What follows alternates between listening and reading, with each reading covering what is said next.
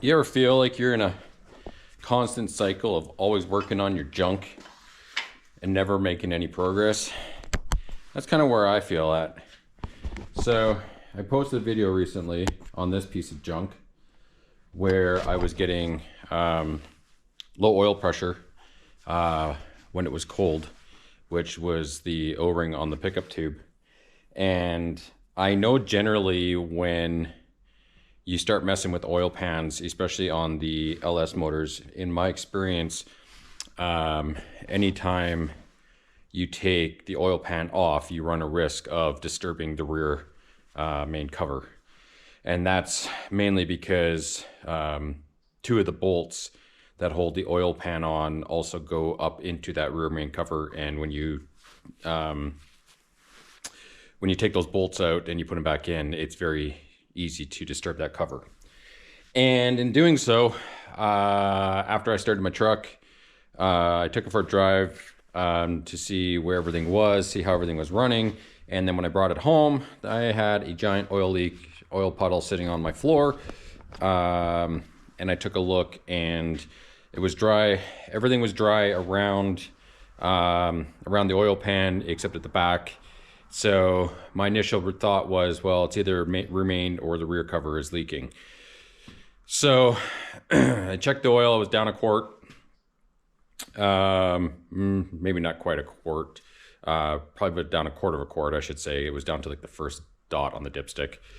And so took it for another drive, brought it home, turned the truck off, and immediately watched, and you could literally see the oil was just pouring out between the transmission bell housing and the back of the oil pan.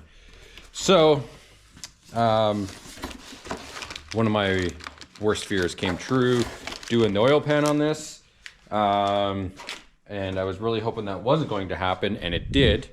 The positive side of that, as if you will, is that being that this truck does have higher mileage on it, I know that the O-ring is good now, and if I do the rear cover on it, I should most likely, and I'm probably going to have to, knock on wood, have no further issues engine-wise for oil leaks on this. I picked up a new GM rear cover with the gasket in it. This is the upgraded cover. Apparently these are 13 millimeter bolts, not 10 millimeter bolts. And somewhere else here, this guy, I also picked up this. So this is a bullet barbell replacement. There are variations of this one. This is a single O-ring. There are companies other that make dual O-ring ones.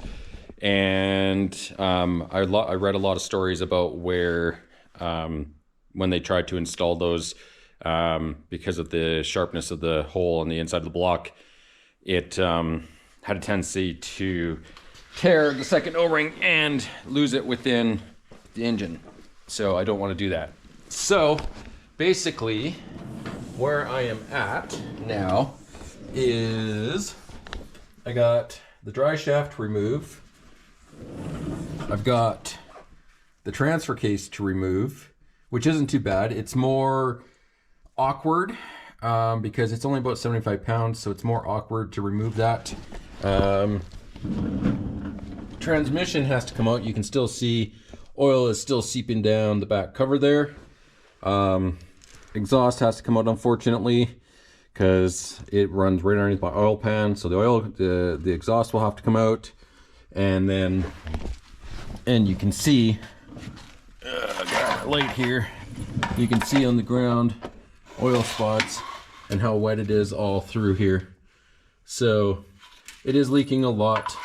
I'm probably also going to have to end up replacing the oil pan gasket or the transmission pan gasket at some point, because it is also very wet and seeping. And the other leak that has decided to spring up recently is, and if you look, you can see the transmission drip right there, because right here is a seep hole between the transfer case and the transmission, and because this is a 4x4 4L80, there is a seal that goes between these two, and I'm going to assume that that seal is also shot. So I have plenty of oil leaks that need to be fixed in this, and I gotta do one at a time. So get the engine leaks fixed, and then I'll move on to the transmission leaks and go from there. So my task for the next clip, or for the next little bit, is pulling the drive shaft, dropping the transfer case, and then going from there. Today is Sunday for me, so I will be probably just doing the transfer case today. Then Monday, because I'm still on holidays, we'll be getting everything ready to drop the transmission, including exhaust, starter, transmission lines, all the crap. And then Tuesday, Wednesday at the latest, I'm hoping to have the transmission dropped and out. Yes, I know I could do this in a lot more time, and maybe I will, but it is not spring weather, and it is -6 or so in my shop, so it's a little cold, so it takes me a little bit longer. So that's where I'm at. That's what I'm gonna do. Once I get the transmission, or once I get the transfer case dropped, I'll show you where I'm at and what my next moves will be. Well, I'm a few days past where I wanted to be. Got a couple of delays that happened, so it kind of put me behind a little bit. But I am now at a point where if we just crawl under my truck, we will take a look here. And so drive shaft is out. Oh, let's turn the light around here so we don't blind you guys.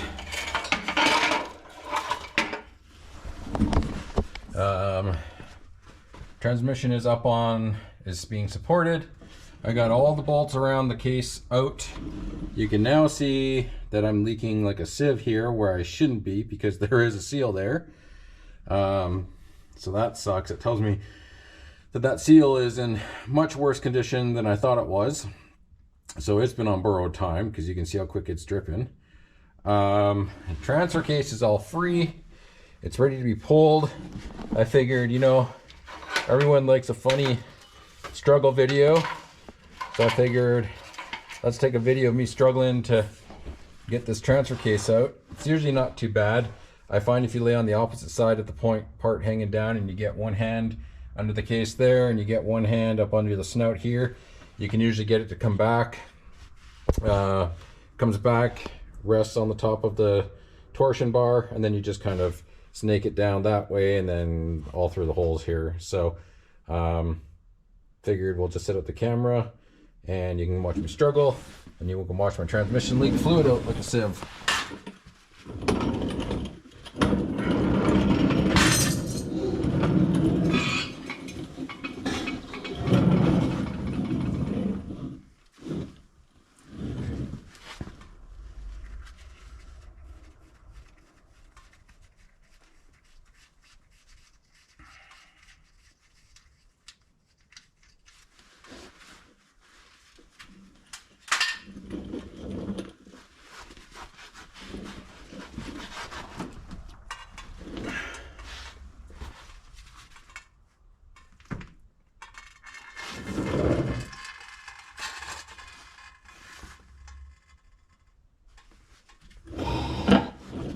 There was a lot more in there than I was hoping, but looks like it's, nope, not done yet.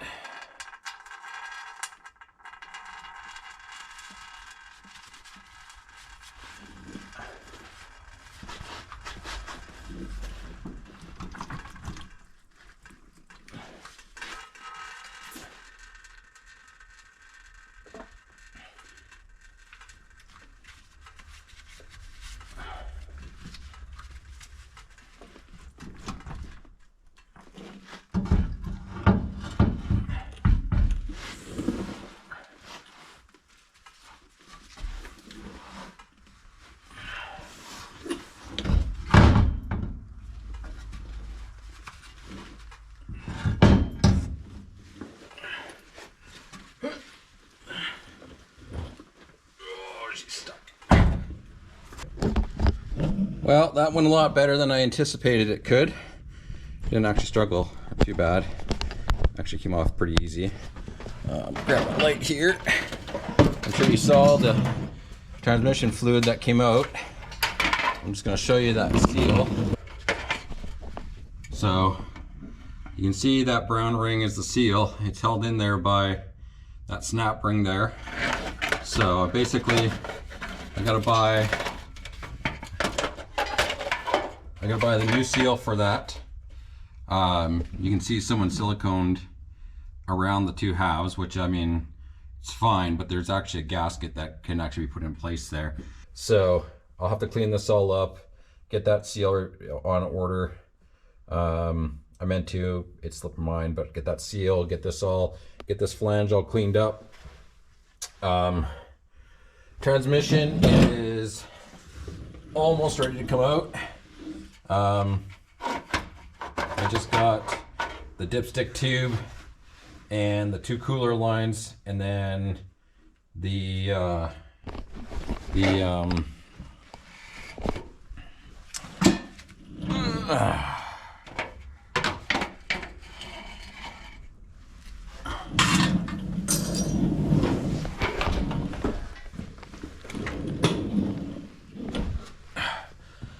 crawl up for me. So the transmission is just about ready to come out. I've got the two cooler lines and the dipstick tube to come out, plus the torque converter bolts. I may wait until I have a bit of help with the torque converter bolts, just because the engine has to be turned over and it's easier to see them with two people. But we'll see with that. I might just try and do it on myself. But yeah, that's the transfer case out. So now I gotta move on to the transmission. And once I get that out, then we can get the rear seal main cover looked at. So I'm just getting ready to pull the transmission out of the truck. And I figured I'd want to show you guys something. If you're new to pulling GM transmissions, I've seen this on the 4L60Es and the 4L80Es. This will apply to technically both of them because of how they're both set up. So basically, when you're getting ready to pull this, there's two plugs. So there's two plugs. There's this blue plug here on the side, and it has this connector on it. When you're pulling this, if there is fluid that comes out of this plug, that means the O-ring itself or the plug itself is bad and this needs replaced. There is a harness that you can buy. You do have to drop the pan, so it becomes basically a transmission flush. But you basically drop the pan, and that's all you have to do for that, because everything else is just unclipped from inside the pan. So it's a fairly straightforward job doing that. The other one is this black clip here. GM, or let's just take a step back. If you try unplugging this black one on some of these transmissions, it will not come unplugged. GM, for whatever reason, decided to use some form of a glue to keep this plug in. And if you pull on this too hard, you'll either break it or you can pull the wires out and it becomes a big mess that you got to deal with here. If you cannot pull this apart easily, just get your heat gun out, put a little bit of heat on it, melt the glue down so that you can unplug that. Otherwise, this causes a big deal of pain if you don't heat it up to pull it out. It can either be, like I said, this whole plug and harness, or even the neutral safety switch that needs to get replaced if you do that. So just keep those in mind when you're pulling these. And that's pretty much about it. And then from there, you just pull it out like you would afterwards. So keep those two things in mind when you're pulling your transmissions, and keep it in mind because it's not like the blue plug isn't an immediate fix, but it's a recommended fix, because if fluid gets into those pins, you can start having weird shifting issues. So just keep that in mind when you're getting ready to pull these. Keep it in the budget, or keep your budget open if you need to do that immediately. I have to do it, but I'm not going to do it immediately, and I'm going to wait a bit before I go ahead and do that, because I do have some other things that need to be replaced. So that will be a down the road job later. All right, well, I got the behemoth out. That was a test of patience. I broke a pry bar. Had to use that square tubing because the the flex plate was completely froze to the torque converter. And when I finally got everything out, I have these 2 extra pieces, which unfortunately means that this transmission has seen some damage at some point, because as soon as I took the transmission out, these fell to the ground, and they belong on the transmission right there. You can see the top ear is completely obliterated, and you can see the big chunk missing out of there. So I am now missing 2 mount holes on that side, but luckily I still have them on this side, so I think I've still got, like, this thing is like what, 1, 2, 3, 4, 5. I got 7 holes left on there. So that should work. Flywheel is coming off here right quick. Got to take those 6 bolts out, drop that down. You can see how much oil is on the back of the oil pan, and behind that flex plate, it's just covered everywhere in oil. So going to get that taken care of. I'm recording this clip on January 1st or 2nd. I don't know. Everything is closed today, so I can't get anything, but I need to pick up some supplies, some brake clean and some paper towel and stuff, so I can get that all cleaned up before I put everything back together. Yeah, so flex plate's coming off, and then I'll be able to start working on that rear main cover and the rear main seal. Well, I got the rear cover off the truck. Nothing eventful there. It went pretty quick and pretty easy. Didn't run into any problems with it. It was just undo the bolts, pull the cover, spend a few minutes cleaning it up. Moving on now, going to be doing the barbell, the new cover, and getting that back on the truck tonight. It's just tickling the negative temps here in my shop. I think it's like -1, -2 out here in my shop. So unfortunately, I do need to use some RTV to finish this job up. But because of how cold it is, that will unfortunately cut into my time. Yeah, it's -2 Celsius in my shop right now. So I'm going to get the cover on, get it all sealed up and all torqued down and everything like that. And then I will have to wait till tomorrow to come back out, and so that everything will be sealed and good. And then I'll be able to do a test run on the truck to ensure that I have no further leaks, and that the rear cover, the seal, the rear main, and the rear cover, and everything there is no longer leaking, because I do not want to go back into this a third time. So I want to make sure everything is good tomorrow. But for now, I'm going to get the barbell, get the cover, I'm going to find my RTV, crawl into the truck and try and find a spot to hang you guys from and just show you what's going on. Barbell is going to be more of the issue tonight. You can usually or sometimes just kind of finagle them out, but I tried that a little bit and it wasn't seeming to go anywhere, so I'll have to get my drill and a drill bit and a screw and pull that out. So I'll figure I can show you guys that too as well. So going to get everything together, crawl into the truck and get working.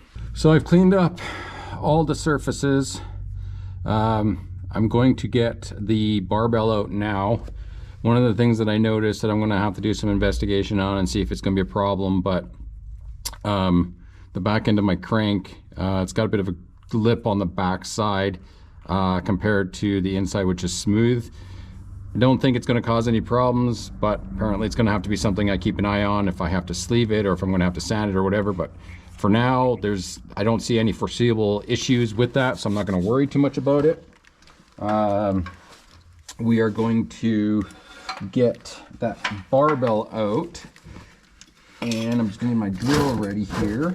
Now, when you do drill this, there is like this whole void goes to your oil pan, so I do recommend just grabbing a piece of paper towel or anything just to Just throw it across the back here just to make sure all your holes are all plugged, so that as you drill this out, it doesn't deposit any debris into your oil pan.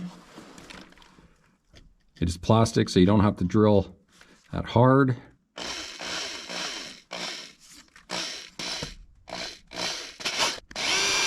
And there's the mess.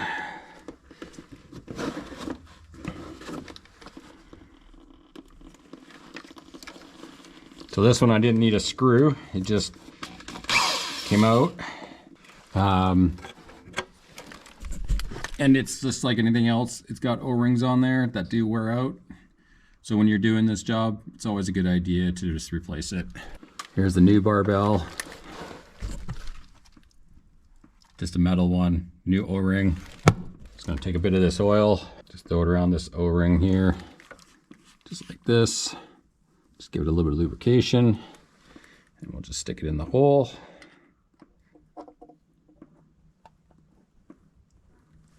And then just push. Nope. Pushing is not going to work. Need a little more oomph. Okay.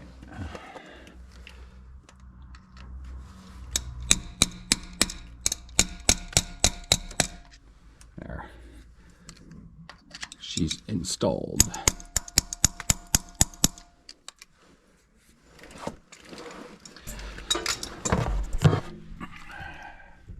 So there's the new barbell installed. Now we can take this down. Now we can clean up our mess again.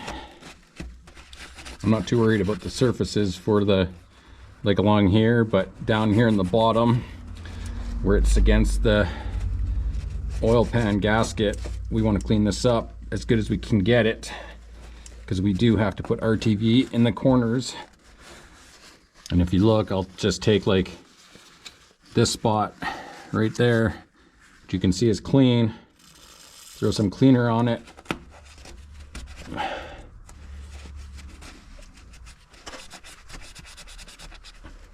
You can see how dirty it is still, but I don't think I'm going to go much more than that because I don't think it needs it. So this is the new plate. This is basically a centering tool. So you just kind of put it on there. They've already got grease along the inside of the lip, so you don't even have to worry about that. Gasket is already pre-applied, so you don't have to worry about that. The big difference between this plate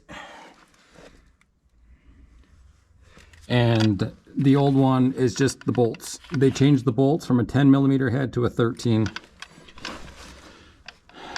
So all you do is basically just put it on here, center that like so,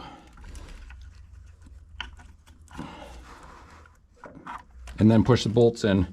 But I need to put RTV here and here, and then I'm going to run a bead and get some across here as well. And like I said, it is pretty chilly in my shop, so it makes doing this a little more tedious because, well, RTV when it's cold doesn't work that great. And yes, I know there's probably going to be people, if they comment on this video, that say, well, why don't you use the right stuff? Well, you're right, I could, but the right stuff also takes 90 minutes for it to cure. And right now, at the time of this filming, it's about 5 o'clock for me, and I don't want to be out here all night because as it gets colder, or as it gets darker, it gets colder. And because of that, it gets to a point where it's just too cold to do anything. So I don't stay out for very long. And then I also want to eat dinner. So RTV is on the bottom. I think I might just put perhaps just a little bit more on there. You know, it's funny, people always talk about anti-seize being the thing that gets all over everything. They also forget that RTV is another one of those things that gets all over the place. All right, everything's all gooped up. Covers over the hole.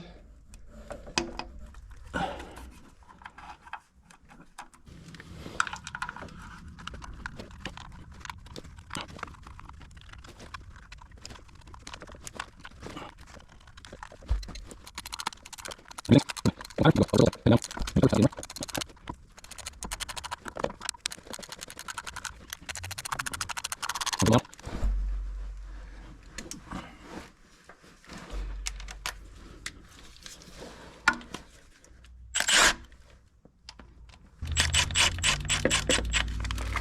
once you have those kind of semi-tight, don't forget your two long ones that go up from the bottom. And these ones tighten down from the oil pan to the cover. If you look, you can see I got oil seeping out there. From under the gasket.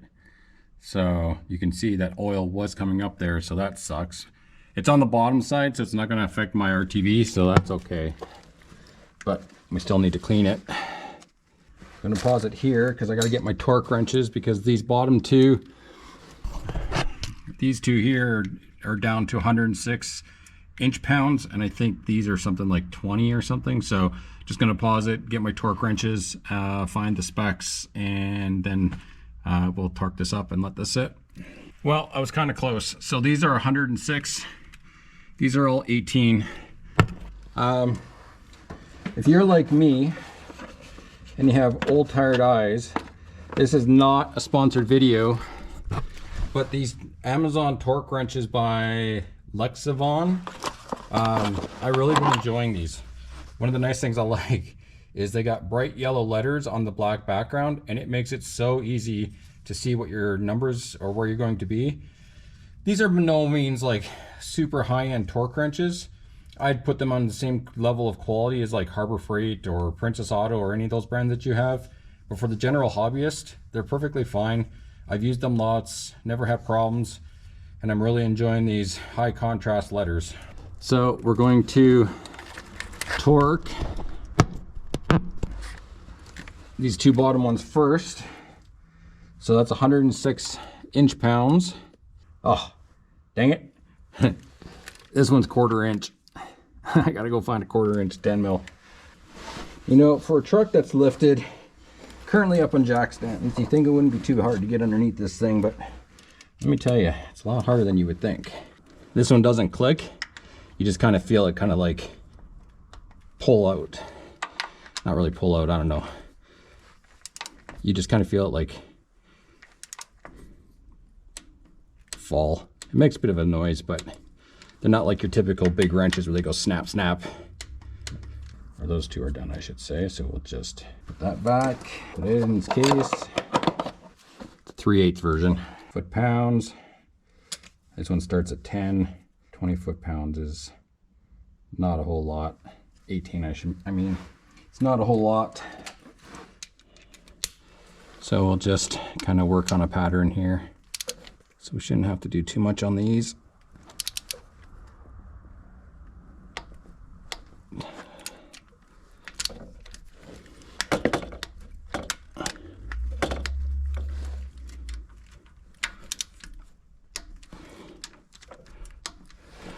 And that part is done. So this cover is on. It should be properly good and sealed now. I got it gooping out the side over here, so that tells me we got good pressure on that side. I can kind of see it gooping out all along the lip here, so that's good. I can see it kind of gooping out over here, so that's good. Yeah, it looks good. So I'm confident and happy with that. So now I'm just going to basically let this sit overnight, and we'll come back out tomorrow and throw the starter in this, the flywheel, and then we'll get it running, and hopefully we won't find any more leaks. This is the time where if it decides to leak, that we can obviously take care of it. So I'd rather do it now than before, but I don't see any foreseeable issues. But then again, I didn't see any foreseeable issues when I did the oil pan, so who knows. But the cover is on, so we'll leave it there for this evening, and I will continue this tomorrow. All right, I am proud to say that I'm on the tail end of this job. I got the plate installed, got the flex plate installed, got the starter installed. Show you here. So you can see, got the flex plate in. It's hard to tell, but you can see there's the new cover in the back. I got the starter in place. I've topped off the oil because it was down a bit. These are all torqued to spec. So now, the last thing that needs to be done for this is going to be for my own testing, is that I'm going to start this motor without the transmission attached so that I can confirm that there is going to be no further leaks, because if there is, at this time and this point, it will be easier to do anything back here if this is where it's leaking than having to pull everything out again. Give this truck a start, get it up to temperature, get some oil pressure built in it. Once that's all done, I'm going to shut it down. I'm going to let it sit for a bit, do it again, let it sit for a bit, and then hopefully this is done and complete, and then I can move on to other stuff. Hopefully from here, the last clip you'll see is me being joyous and happy to know that the leak is fixed and it's not puking oil anymore. If not, well, we'll be continuing to fix, but I have high hopes and I'm going to knock on wood. So I'm going to get this all going, and then I'll report back to you guys after I know what's happening. I'm going to say that the wood I knocked on is not of the lucky kind. I'm glad I went the route that I did with this, because, you know, with my luck, it's just the way it is. Let me show you what's going on here. I got the truck started last night, got it up to temperature a little bit, and shut it off, came out, and it was leaking. It's leaking down through here. It's leaking up over in this spot here. And when I went to snug it, it cracked across here, which I don't know if the camera's going to pick it up, but it cracked across there. My suspicions is that the cover is sitting down a little bit lower compared to this edge here, so that when you put your oil pan on, this corner does not seal. So I kind of went against my better judgment, where when I do this, I normally lower the oil pan down enough to confirm that this is actually level to the block. Because if you've never been in here before and someone else has monkeyed around, which I kind of presume because these two bolt holes did not have bolts in it, so I kind of assumed that somebody was in here. So that cracked, that leaked, this leaked. So luckily,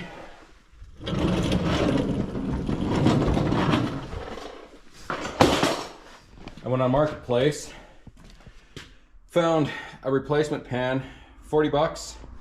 Unfortunately, it did cost me 2 hours of my night and a date with my girlfriend. The date part's not unfortunate, but the 2 hours of driving was, to pick that up. So, but luckily I got another oil pan. So I'm now at the point where I'm dropping the oil pan yet again. Thankfully the transmission's not in it this time, so it'll be easier and I can just drop that pan, get it out of there. I'm going to confirm the rear cover is properly leveled to the block. If it's not, then I'm gonna have to figure something else out and figure out why this did not seal in that corner. But that is what's on the agenda. Drop the oil pan, confirm the flatness of that cover, and go from there. And hopefully that's all it was and not something else.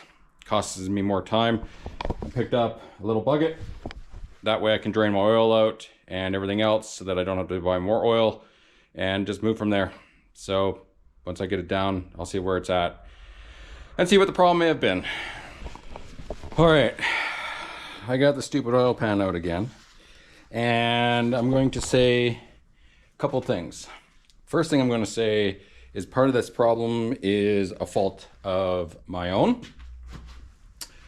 And I'm also going to say a part of this problem is not necessarily a fault of my own, but One of the things that I've always kind of said about when doing these rear covers or your oil pans is that it's always good to check the rear cover before you do your oil pan or anything like that. Let me show you why. So the first thing that I ran into was this guy. This was still attached to the block. This is off the old gasket. I guess because of the color, I guess it just kind of blended in to the bottom here and I never noticed it. And I guess when I took the old pan gasket off, I just never noticed it was missing. It was a little weird because these are actually riveted. Like there's 2 holes here where it gets riveted to the pan. So I guess it just failed and stuck to the engine block when everything came down. And then obviously because of how thick this is, when you double this up, so this is sitting like this, when you double this up, you're never going to get it to seal. The other issue here is one that you will always hear people talking about, and I'm just going to try and see, my square's a little too big here. On the bottom edge of the rear cover, and if you look right through there, you can see how tilted down it is, which means that this rear cover, if this thing was flat, it's tilted this way as well. So between having the extra gasket stuck to the bottom on the block and this rear cover not being straight, this corner was never going to seal no matter what I tried. So 50% my fault because of that gasket piece, 50% of whoever else's fault was in here. So now what I'm going to do is I'm going to loosen this cover off, loosen all the bolts, rotate it so that this is as flush as I can get it with this side over here. This side, it's still, this cover is still a little lower than the block, but this side is way lower. So I need to even this out and get this flat so that this is all proper. So I will always, I try to, oh man, the light is bad. We'll try that. Campground, booky stories time. I always like to try and admit fault of mine where it may happen. So I take partial blame in this for both just simply not checking the oil pan and that rear cover. And as the old rule goes, when you take gaskets off, just confirm that there's nothing left. So hopefully this will be the last time. Going to find some lucky wood to knock on and we'll get this fixed this time. So getting everything bolted back in, and we'll be trying to fire it again to make sure that we have no further leaks. Well, I don't know if it was the wood that I knocked on or just the perseverance of me trying to get a job done and trying to get stuff fixed that stops leaking. But one of the two has stopped the leak. So a lot of work, a lot of stuff done. But man, am I glad. I started the truck 3 times or 4 times, built up some good oil pressure. And no leaks. So I'm going to scratch this one off the list of success. Unfortunately, I did have to get a new oil pan for it, and then fix that little piece that was stuck to my engine block. But other than that, I'm going to say it was success. I got the leak fixed. Now it's on to the next thing that I discovered after doing all this. So oil leak, done. But yeah, so, you know, people say keep the old trucks on the road. Sometimes you got to have a lot of time, a lot of patience, and sometimes a little bit of money. And if you can fix it yourself, maybe it'll be worth it, but maybe it won't. That's up to you to decide. Thanks for watching.